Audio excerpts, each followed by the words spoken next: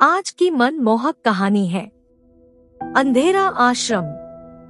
साक्षी सांझ ढलते ही छोटे छोटे कपड़े पहन किसी अप्सरा का रूप धारण कर लेती। वह अपनी जवानी का बाबाजी के साथ भरपूर मजा ले रही थी। आखिर वो करना क्या चाह रही थी? गिरधारी लाल कस्बे के बड़े कारोबारी थे। उनकी पत्नी सुशीला देवी घर में पंडितों को भोज पूजा पाठ करवा कर आए दिन उन्हें दक्षिणा देती रहती थी।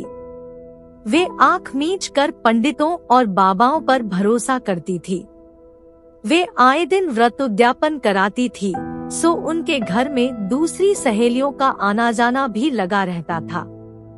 हर उद्यापन के पहले शहर के बड़े साड़ी स्टोर से आदमी नए फैशन की साड़ियां लेकर घर आता और सुशीला देवी खटाखट 15 एक जैसी साड़ियां बांटने के लिए निकाल लेती।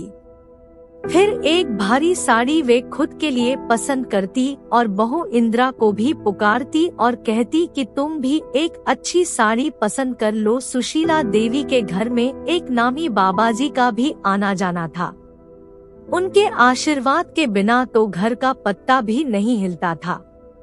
कुछ भी नया काम हो, बाबाजी उसका मुहूर्त निकालते और हवन करते, फिर उस काम की शुरुआत होती। सुशीला देवी बाबाजी के आश्रम में जाती और सेवा करके आती। उनका विश्वास था कि घर में हर तरक्की बाबाजी के आशीर्वाद से होती है। हकीकत यह थी कि सुशीला देवी व उनके जैसे ही दूसरे भक्तों की मदद से बाबाजी का आश्रम हरा भरा हो रहा था। जब सुशीला देवी सेवा के लिए जाती तो अपनी बेटी साक्षी को भी साथ ले जाती।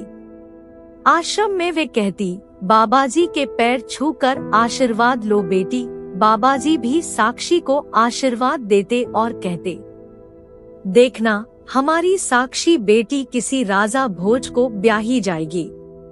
शकुंतला देवी बाबाजी के मुंह से शुभ वचन सुनकर धन्य हो जाती। साक्षी निकली भी बहुत खूबसूरत।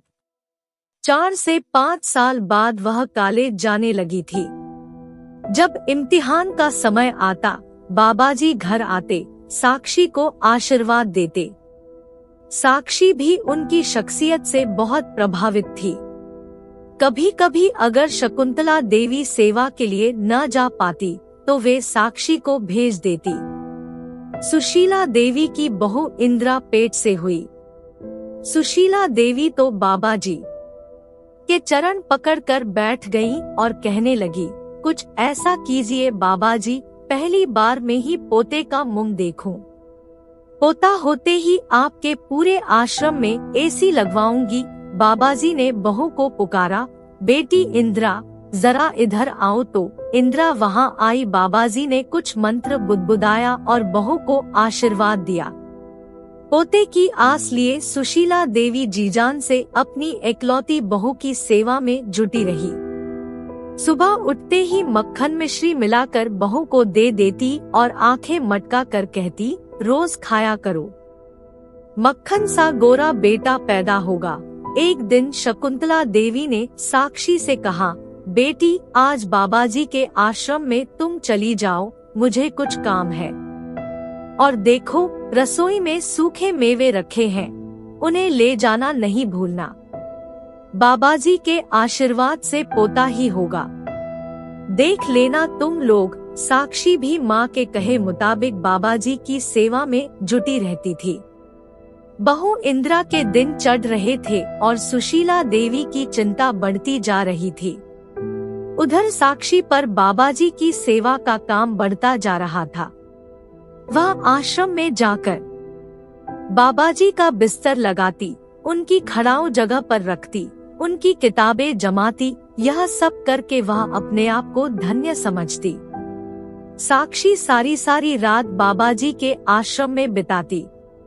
सुशीला देवी कुछ पूछती तो वह कहती, माँ आज आश्रम में अखंड मंत्र जाप था, सो उठकर बीच में नहीं आ सकती थी। मुँह अंधेरे बाबाजी को हवन करना था, इसलिए उसकी तैयारी कर रही थी और देर हुई तो वहीं सो गई। सुशीला देवी भी चेहरे पर शांत भाव लाते हुए कहती, हाँ बेटी अच्छा ही है। हमारे घर में जो अच्छी आमदनी हो रही है न, सब बाबाजी की कृपा से ही है। अब बस इसे संभालने वाला एक वारिस और आ जाए तो मैं बद्री नारायण के दर्शन कर आऊं। साक्षी घर से सलवार कुर्ता पहन चुन्नी ओढ़ कर जाती और सांझ ढलते ही छोटे छोटे कपड़े पहन किसी अप्सरा का रूप धारण कर लेती। वह अपनी जवानी का बाबाजी के साथ भरपूर मजा ले रही थी। अंधा क्या चाहे दो आंखें। सो बाबाजी दिन में घर से लाए मेवों का भोग लगाते और रात में साक्षी का कभी कभी सुशीला देवी कहती, बेटी साक्षी, तुम बहुत आश्रम में बहुत रहने लगी हो, अपनी पढ़ाई पर भी जरा ध्यान दो। साक्षी कहती, माँ आप चिंता न कीजिए, मैं खुद ध्यान दे रही हूँ अपनी पढ़ाई पर। इधर बाबाजी जब कभी घर आते तो सुशीला देवी से कहते, साक्षी बेटी पर यह साल भारी है, थोड़ा आश्रम में मंत्र जपेगी और हवन करेगी तो दोष मुक्त होगी। साक्षी तो बाबाजी से इतनी सम्मोहित हो चुकी थी कि घर में कुछ न बताती। जो चल रहा था उसमें वह बहुत खुश थी। कभी कभी साक्षी की सहेलियां उसे पार्टी के लिए बुलाती तो साक्षी बाबाजी से कहती, बाबाजी आज रात को मैं न आ सकूंगी। बाबाजी कहते, अब तुम बिन हमारा जीवन असंभव है, तुम भी नहीं चाहोगी कि यह राज खुल जाए, एक रात की भी छुट्टी नहीं तुम्हें। साक्षी बाबाजी के डर के मारे जिद न करती और अपनी सहेलियों से कह देती कि घर में काम ज्यादा है, वह पार्टी में न आ सकेगी। जल्दी ही सुशीला देवी के घर में खुशखबरी आ गई कि उनकी बहू इंदिरा ने बेटे को जन्म दिया है। सुशीला देवी तो खुशी के मारे आसमान में उड़ने लगी थी। घर में बड़े ही जोर शोर से जश्न मनाया गया और बाबाजी का आश्रम सुशीला देवी की कृपा से चमचमा उठा। अब पोते के साथ सुशीला देवी और ज्यादा बिजी हो गई और उधर साक्षी बाबाजी के आश्रम में। वह बाबाजी के खिलाफ एक शब्द भी सुनना पसंद नहीं करती थी। अब कभी कभी सुशीला देवी कहती, बेटी साक्षी, अब तुम आश्रम जाना छोड़ दो, पोता हो गया, मैं तो गंगा नहा ली, अब मैं फिर से बाबाजी की सेवा में जुट जाती हूँ।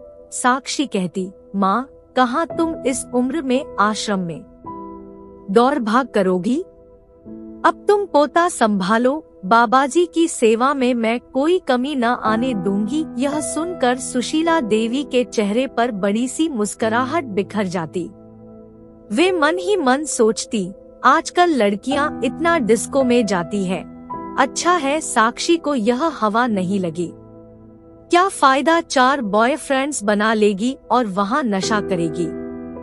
इससे अच्छा है कि आश्रम में ही सेवा करे, कुछ पुण्य ही कमाएगी। सुशीला देवी निश्चिंत होकर एक तीर्थ कर आई।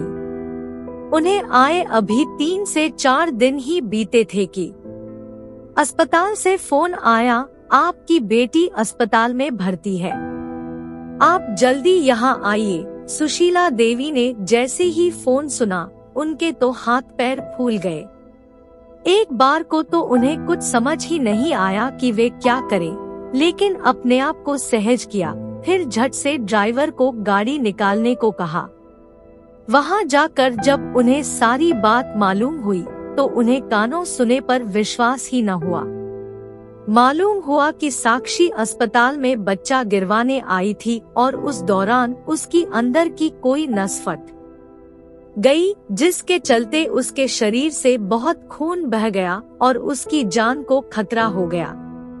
सुशीला देवी तो समझ ही नहीं पाई कि यह कब और कैसे हो गया। साक्षी अभी बेहोशी की हालत में थी। जब साक्षी को होश आया तो सुशीला देवी ने उसके सिर पर हाथ फेरते हुए पूछा, यह कैसे हो गया बेटी। साक्षी सिर्फ इतना ही कह पाई, बाबाजी। यह सुनकर सुशीला देवी के तो जैसे तन बदन में आग लग गई। वे कहने लगी, क्या बाबाजी ने जबरदस्ती की तुझसे। साक्षी बोली, नहीं माँ, सब मेरी मर्जी से, मुझे नहीं मालूम कि क्या हो गया है, लेकिन बाबाजी का साथ मुझे अच्छा लगता है, उसकी बात सुनकर सुशीला देवी का गुस्सा बेकाबू हो गया। फिर भी अपनी व साक्षी की इज्जत की खातिर अपने आप को शांत कर वे बोली, बेटी क्या सोचा और क्या पाया? खैर, अस्पताल में तो उन्हें मुंह बंद रखने में ही समझदारी नजर आई। साक्षी को अस्पताल से डिस्चार्ज करवा कर वे घर लाई। सेठ गिरधारी लाल ने जब सच्चाई सुनी तो उनके पैरों तले जैसे जमीन खिसक गई। पर अब किया भी क्या जा सकता था? आखिर इस सब में साक्षी भी तो शामिल थी। हाँ, सुशीला देवी का बेटा रमेश कहने लगा, देखा माँ, बाबाजी की अंधभक्ति का नतीजा।